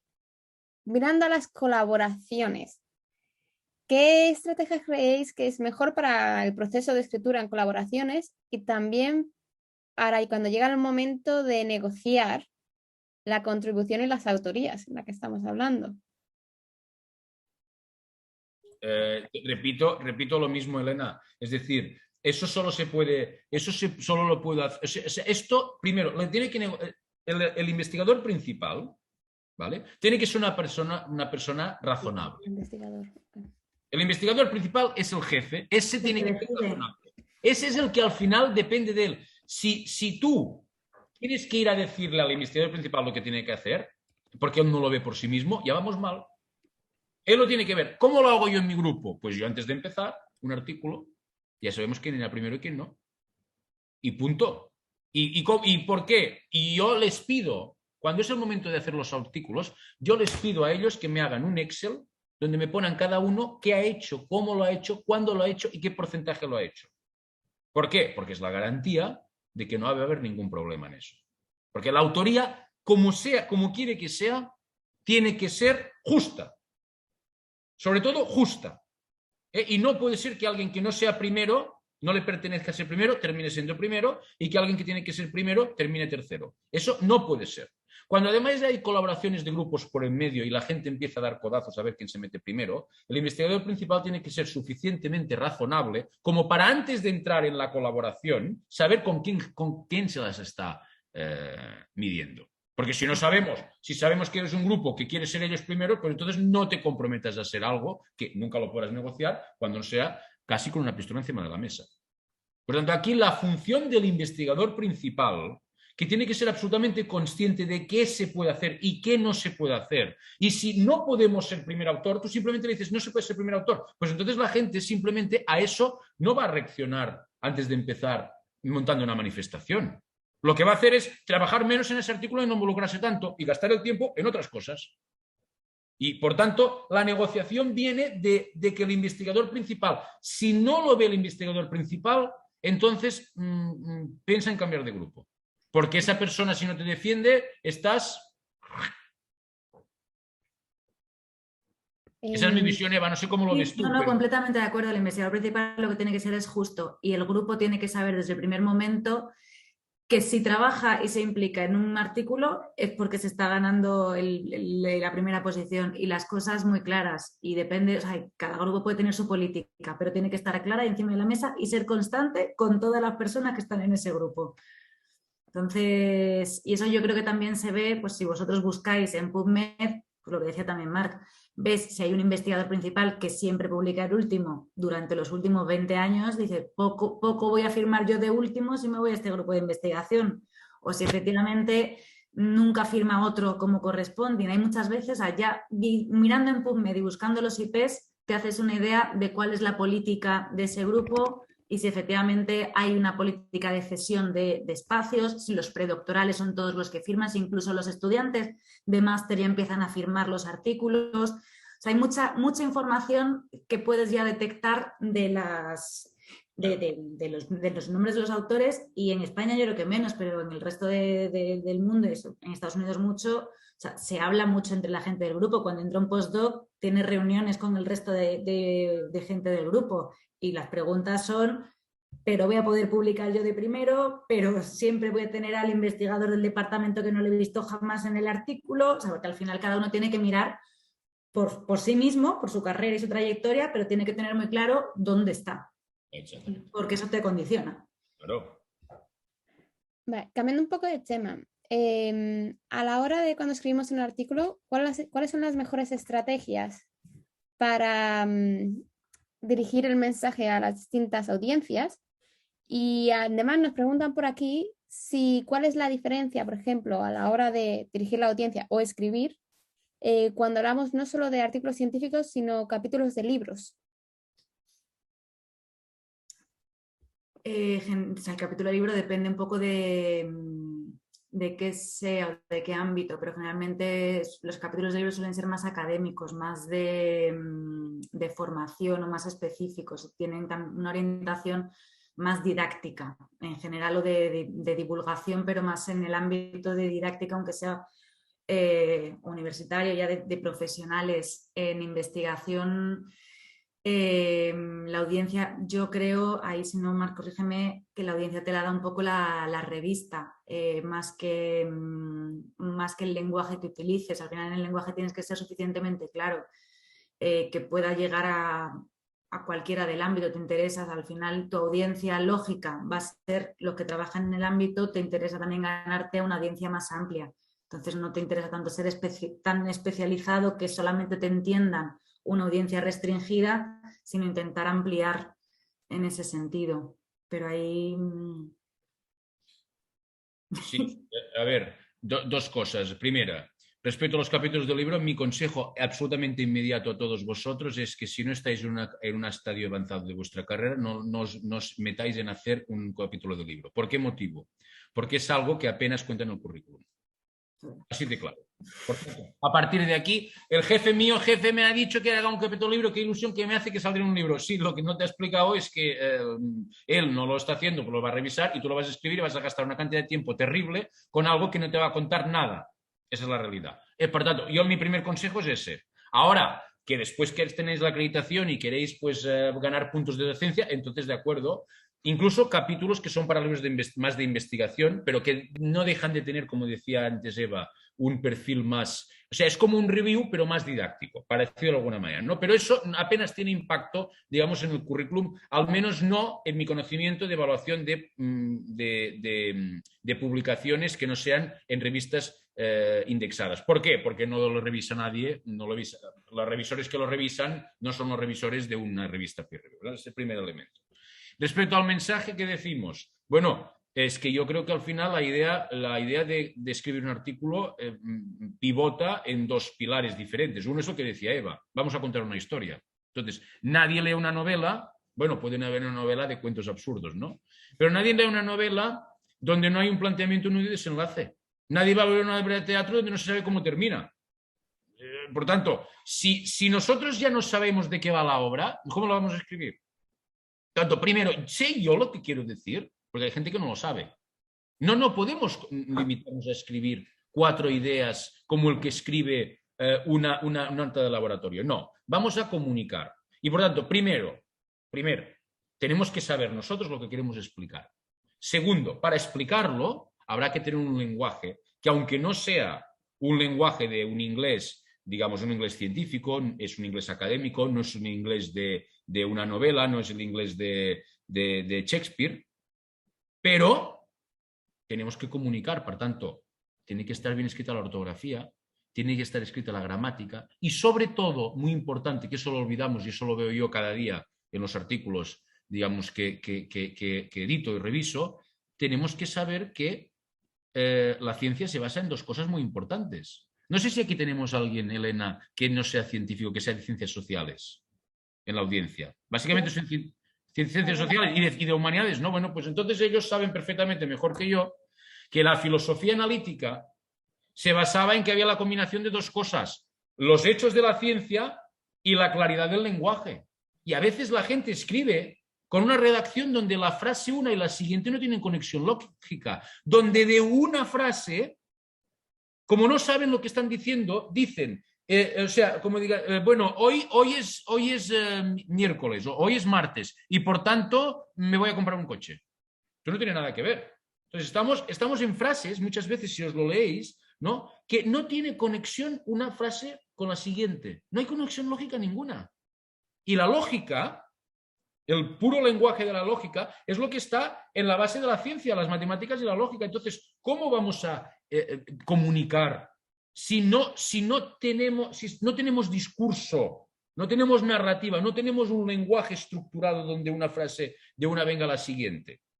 Si no lo hacemos, o en la misma frase decimos esto y en consecuencia esto otro. No tiene nada que ver una cosa con la otra muchas veces. ¿Y por qué lo hemos hecho? Bueno, porque muchas veces estamos cansados, hartos, quemados, dile como quieras. Y estamos hasta las narices de aquella frase que la vemos 1000 veces y estamos desmotivados, todo lo que sea. Pero que yo lo entiendo, porque somos humanos todos, yo el primero y a mí también me pasa, ¿no? Pero lo que tenemos que tener presente es que la resolución del problema no va a ser escribir una frase que no tiene sentido, ni encadenar una frase con otra que no tiene sentido, porque eso, cuando vaya al editor o al revisor, es que no te entenderá lo que está diciendo. Pero este chico o esta chica, ¿qué me está diciendo? Pero si no te entiende lo que me está diciendo. Y eso nos pasa muchas veces con determinadas audiencias, determinados escritores de una cultura que no es occidental, que como el razonamiento que tiene es diferente al nuestro, a veces plantea las cosas con una manera completamente distinta a la nuestra. Sin entrar a valorar si esto es bueno o malo, nosotros no lo podemos entender.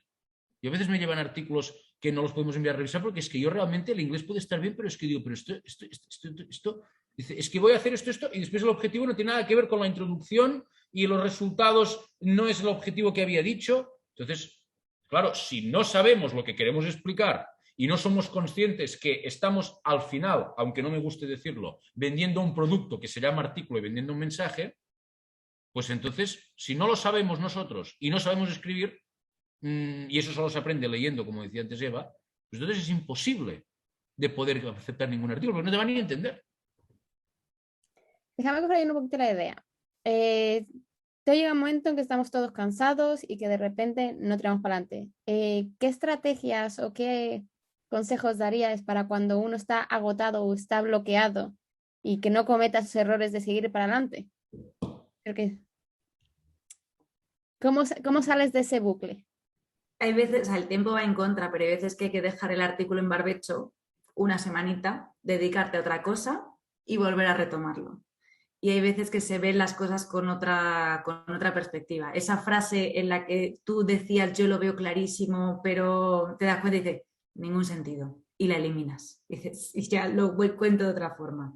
Entonces, el problema es que el tiempo va en contra, pero necesitamos tiempo porque al final si te agotas, si estás cansado, hay veces que además tú lees y como sabes lo que quieres decir, o por lo menos en tu cabeza está claro, aunque lo leas 7 veces, tu cerebro va a leer lo mismo y no es lo que está escrito. Entonces hay veces que por lo menos un par de días, y también cuando se va a mandar un artículo, yo recomendaría, no siempre se puede, terminarlo, dejarlo un par de días, hacer una lectura completa y ya reenviarlo. El terminar con todo solamente te lleva a darte cuenta al día siguiente y dices, la cago, he mandado la versión que no era o he metido esta referencia que no me había dado cuenta. Hay 3, y eso al final a ti te da mucha rabia porque le has dedicado mucho tiempo, pero el revisor que te lee con otros ojos. Bueno, en respecto a lo último que decía Eva, un guiso es mucho mejor, es mejor comerlo el día siguiente. Eso por supuesto. Por tanto, ese consejo, por descontado, yo también pienso, incluso no solo por los errores que hay, sino porque como tenemos la plasticidad, bueno, Eva trabaja en esto, sabe más que yo, ¿no? Pero tenemos esta plasticidad neuronal de la cabeza que tú tienes un problema hoy de lo que sea de la vida que parece que se va a terminar el mundo, mañana lo ves de otra manera y después de otra manera. Y el cerebro, como no se estanca, por suerte, va evolucionando continuamente y va razonando y va teniendo un discurso y eso sirve para el artículo que no ves, ponerlo en barbecho para retomarlo. ¿Y qué tenéis que hacer después? Pues mira, lo mismo que harías cuando estás haciendo 3 horas que estudias la misma asignatura. Puedes cambiar de asignatura, es una posibilidad, ¿vale? Estoy estudiando todo el rato, yo qué sé, filosofía de la Edad Moderna. Pues ahora estoy cansado, pues me voy a estudiar historia. Pues estoy más cansado, pues por tanto, no puedo estudiar círculo, pues me cojo y me voy a hacer un experimento. No, pues me voy al gimnasio, o me voy a correr, o me voy al cine. ¿Por qué? Porque es imprescindible oxigenar la mente. Si no, estás perdiendo el tiempo. Por tanto, cuando eso nos pasa que nos bloqueamos, la única opción de salir de bloqueo es, primero, no agobiarse por el bloqueo, porque el agobio genera más agobio, más ansiedad, más estrés, y eso todavía te hace ver las cosas con menos claridad. Y segundo, intentar tener experiencias que nos den endorfinas. Te vas al cine, te vas a hacer escalada, te vas donde sea, y con una fuerza renovada, con 2-3 días de descanso de aquello, lo ves de otra manera. Otra opción, hacer las cosas más automáticas, dedicarte a hacer el graphical abstract, a poner dibujitos, a hacerte chorradas, entenderme. Pues de decir, quiero hacer un esquema, pues voy a hacer este esquema, voy a buscarme pues cómo es una mitocondria y cómo le voy a poner cosas que te despejen la mente, que es productivo, con lo cual el agobio te resta, porque dices, estoy trabajando en el artículo, pero te ayuda a no pensar en eso y a buscarte otra cosa. Pues yo generalmente hago diseños de gráficas, dibujos, busco imágenes o organizo la bibliografía. Por lo menos no piensas. Ahora ya, rápidamente para terminar la discusión antes de algunas preguntitas que nos han hecho, ¿tenéis algún consejo teniendo en cuenta que no somos nativos? No tener miedo, saber que nadie habla inglés perfecto y que al final lo importante es comunicar, que nosotros efectivamente, vamos a tener la lacra del inglés, bueno, quizás otras generaciones no. Pero nosotros, nuestro valor no es que seamos lingüistas ni filólogos, es que tenemos unos resultados con un valor científico relevante que tiene que ser comunicado. Tenemos que ser claros y precisos. Que no va a ser la mejor gramática o que no va a ser la mejor, nos da igual, lo importante es que nuestro mensaje llegue y llegue de forma clara. Quitarnos el miedo, o sea, no creo que tenga que prevalecer la forma al fondo. Al final nosotros queremos comunicar ciencia, no escribir como Shakespeare, que ya nos gustaría, o sea, a mí me gustaría, pero no. Yo creo que, a ver, yo creo que el problema de todas maneras no es, nosotros nos pensamos que es el problema del nativo, pero yo creo que el problema que tenemos nosotros, en general, nuestra sociedad hoy en día, no es el tema del nativo, sino que es que de alguna manera el lenguaje refleja muchas veces lo que tenemos en la cabeza. Como no sabemos pensar, la realidad, pero no en inglés, es que en español tampoco la gente sabe redactar. Es que en catalán la gente no sabe redactar. Es que tú lees, es que tú escuchas las conferencias incluso de algunos docentes y es que cuando explican algo, no sé si es porque no se lo han preparado o por qué pasa, que es que no tiene un discurso argumentado. Entonces, yo creo que el problema, más que si escriben bien la gramática o no, porque mira, al final, si tú tienes una falta de ortografía, lo llevas a un servicio de corrección y lo van a corregir. Ahora, si tú no sabes ni tan siquiera redactar, no en inglés, en ninguna lengua, porque al final el inglés tampoco es tan diferente al español, es sujeto, verbo, predicado. Es que no tiene tanta dificultad tampoco, a ver, no, lo que pasa es que, claro, riqueza de vocabulario, pues no tendrás, pues no, es verdad. Pero bueno, siempre se pueden buscar sinónimos cuando estás haciendo una parte más de pulir.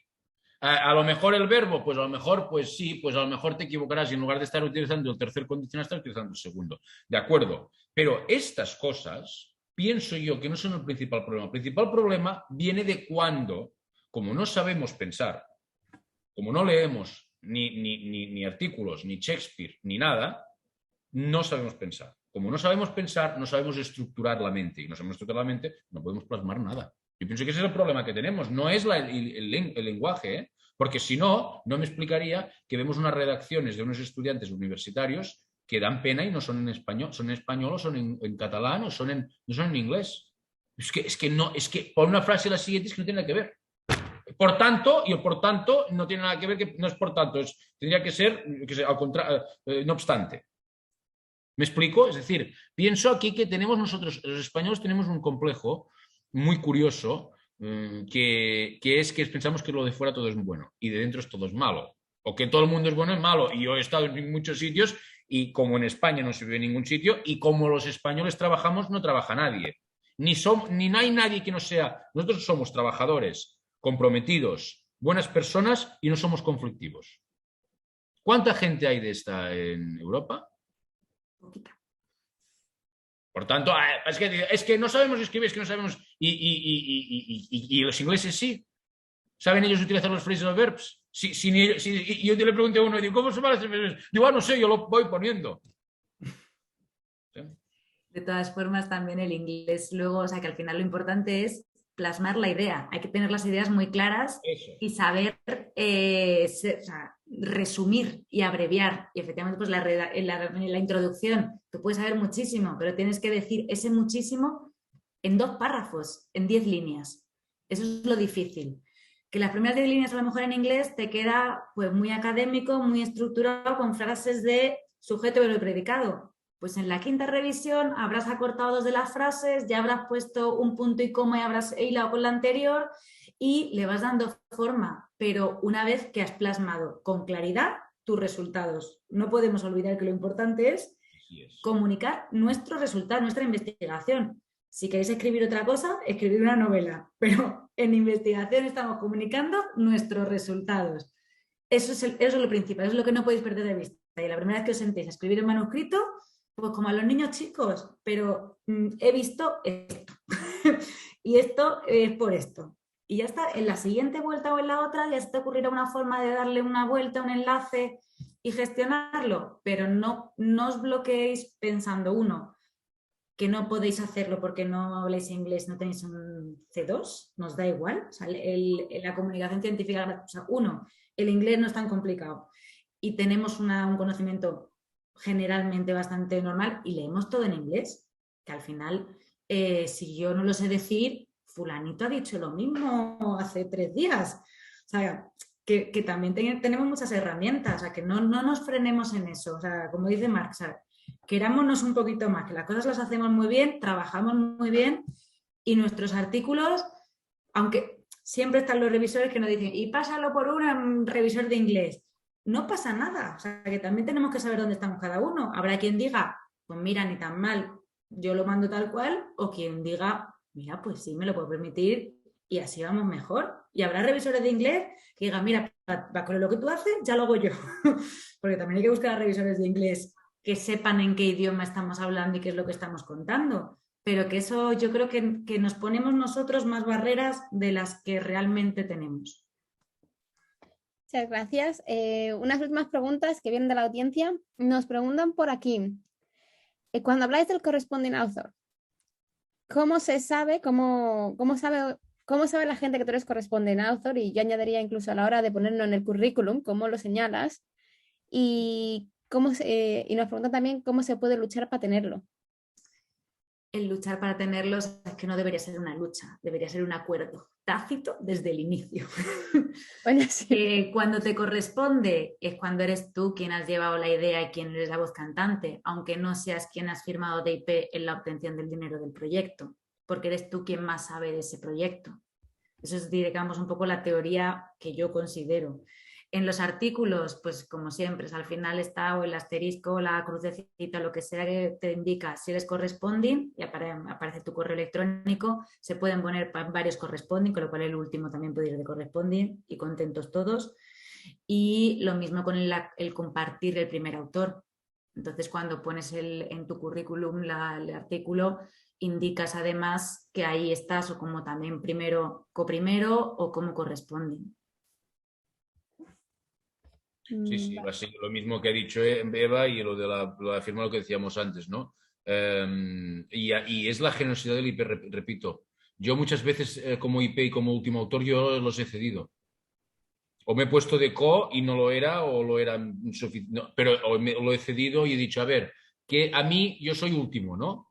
Bueno, pues a mí qué me importa ser último. Si soy último y corresponding, pues soy último y corresponding y a último, pues entonces lo corresponding lo cedo a otro.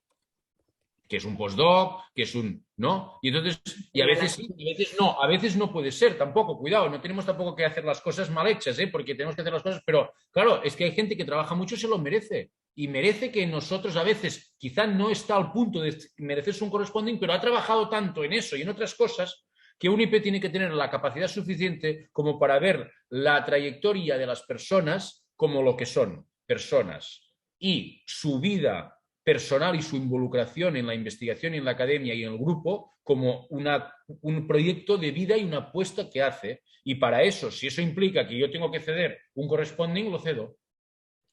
Por tanto, ¿eso de qué depende? Repito, depende sobre todo de que el corresponding autor, que el IP sea una persona no generosa, sino razonable. Pienso que eso es lo más importante. Gracias. También nos preguntan por aquí. ¿Cómo escribir un artículo bueno cuando con lo que estás tratando es metodología cualitativa? Y a mí me gustaría incluso añadir cómo escribir un artículo bueno a la hora de publicar resultados negativos, que ahora está la teoría de si publicarlos o no publicarlos. Pero es que lo de publicar resultados negativos, a ver, resultados negativos, ¿qué quiere decir? Quiere decir que el artículo, o sea, el artículo, la revista que busca, la revista es una empresa, no es Cáritas Diocesana ni es una ONG, ¿vale? Es una empresa. Y esa empresa vende un producto. Y ese producto son anunciantes, ese producto son suscripciones y ese producto son cosas que la revista, obviamente, quiere aumentar su cuota de mercado. Entonces, los resultados negativos son importantes. Es que los artículos, lo que pasa es que claro, estamos vendiendo un producto. Y entonces el mensaje es mucho más atractivo si hay resultados positivos que son negativos. Ahora, dicho esto, Desde el punto de vista nuestro, ¿tenemos que publicar los resultados negativos? Hombre, pues claro que lo tenemos que publicar. ¿Cómo no lo vamos a publicar? Eso es totalmente relevante, porque si alguien va por el mismo camino y tú has visto que no, alguien que diga, mira, ese fue allí y no vio nada. O sea, eso, claro, tendría que publicar. Que no nos leen, no nos leen, nos citan, no nos citan. Bueno, ya la libertad del lector, lo leerá, no lo leerá, como puede leer, como le puede leer, yo qué sé, las 50 sombras de Grey, o puede hacer como yo, que leyó la primera página y vio que estaba escrito fatal y el libro ya no lo veré más. Fuera, ya no me lo habían dejado, no había ni gastado el dinero por ese libro, ¿no? Entonces, quiero decir con eso que tenemos que dar la oportunidad a la gente que publique. Pues yo creo que lo publicaré. En metodología cualitativa, la metodología cualitativa no tiene nada de malo. En un artículo científico, como ha dicho antes Eva, mientras nosotros seamos honestos con lo que estamos haciendo, mientras nosotros no estemos vendiendo la mula ciega, mientras nosotros no estemos vendiendo aparatos de aire acondicionado en el Polo Norte, no hay problema. Si tú has hecho has podido hacer solo 4 réplicas, pero tú dices que has hecho 4 réplicas y te lo quieren publicar, donde sea, bueno, pues, oye, si tú has dicho que son 4, ahora el problema es que no, es que he hecho 4 réplicas y con eso ya puedo concluir que ya puedo curar el cáncer. No, a ver, seamos realistas, ¿no?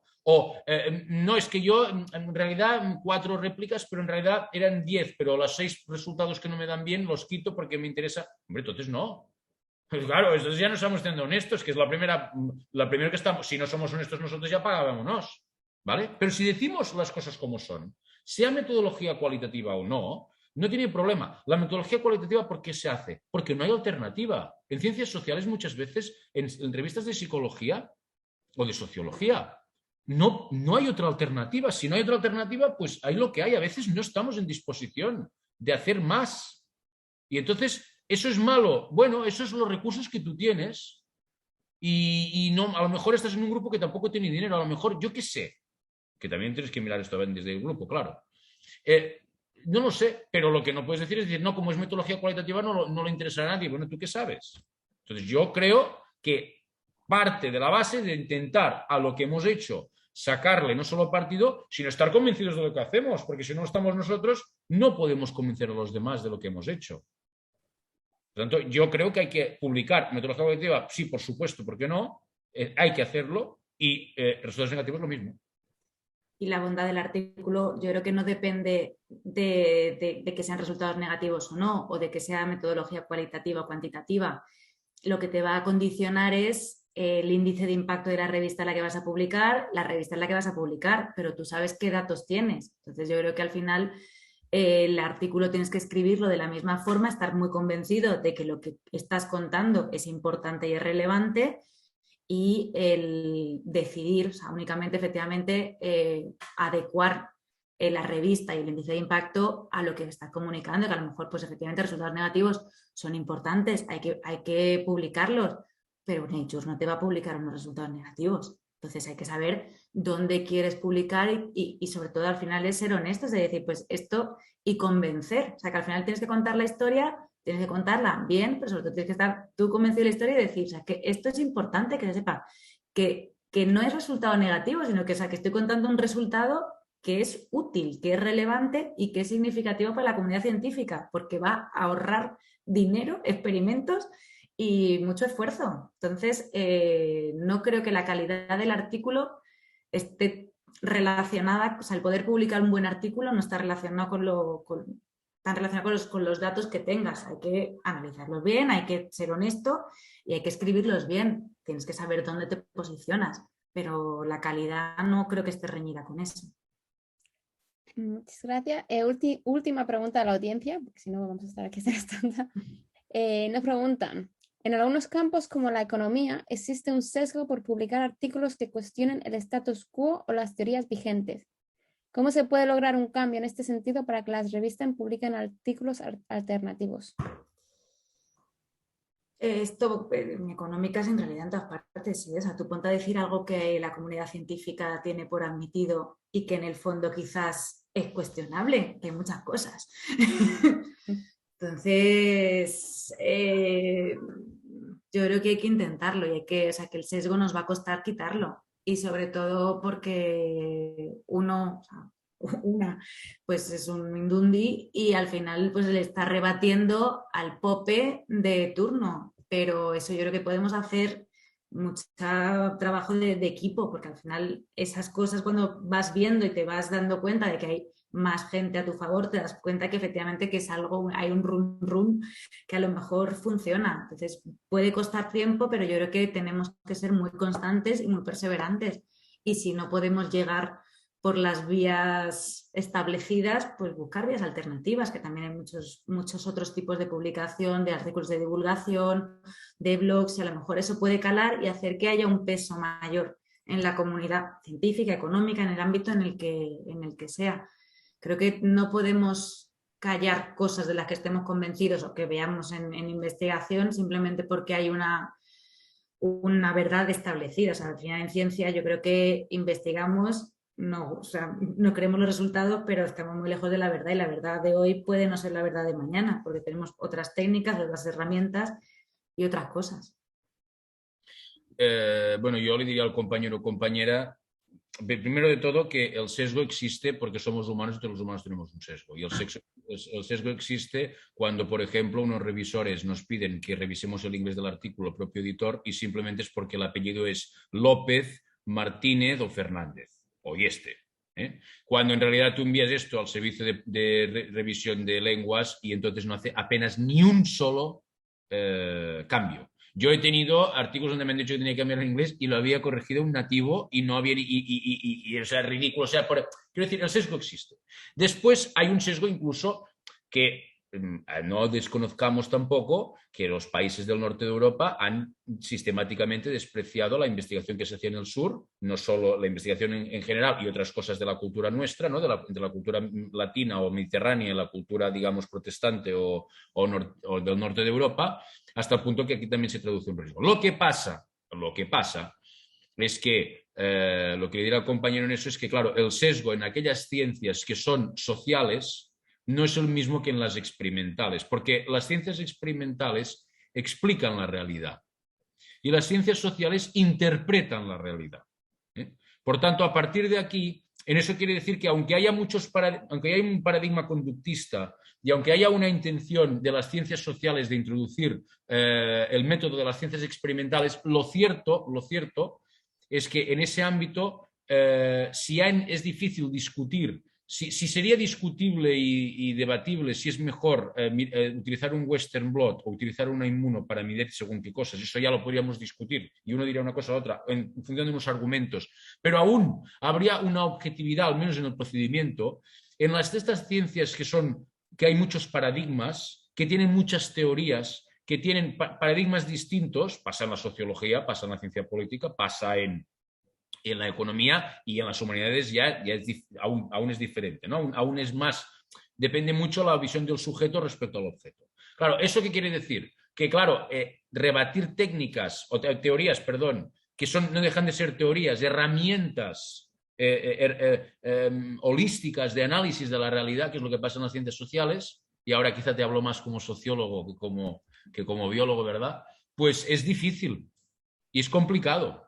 Pero como decía Eva, también es cierto que tampoco la evaluación de los investigadores que trabajan en ciencias sociales en las comisiones de evaluación de las acreditaciones de ANECA o del Ramón y Cajal o de otros programas son igual de, no digo igual de exigentes, igual de inflexibles en el hecho de decir solo vamos a valorar artículos de Q1. O sea, en ciencias experimentales, solo artículos de Q1. En esas ciencias sociales, por suerte, la exigencia, aunque es creciente, lo sé también, de publicar en revistas de Q1 no es tan fuerte, pero no lo es porque es que hay ese problema que dice el compañero o compañera, que claro, que lo que ha copado un POPE de un ámbito de estos es que es prácticamente el catecismo. Y ese catecismo, como es de interpretación, no es de explicación, difícilmente es rebatible, incluso a veces con los propios hechos. Entonces, es complicado y yo creo que lo tienen mucho más difícil ellos que nosotros, aunque estoy de acuerdo que en ambos casos tenemos que intentar hacer, como decía Eva, poner nuestro granito de arena para, en lo medio de lo posible, cambiar estas mentalidades. Muchas gracias a ambos. Creo que este es el momento auge para acabar aquí las preguntas. Ha sido una charla excepcional. Ha sido un placer poder contar con vosotros. Tengo un montón de mensajes de la audiencia dando saludos y felicitándoos. ¿Vale? Enhorabuena. Gracias. Y enhorabuena a todos también del parte del Club de Científicos. Esperamos veros en los próximos eventos y feliz Navidad y Año Nuevo, que está a la vuelta de la esquina. Muchas gracias, un placer. Feliz Igual. Navidad a todos y feliz año. Hasta Muchísimas pronto. gracias. Nos vemos. Buenas tardes. Muchas gracias, Elena. Adiós. Hasta luego, felices fiestas.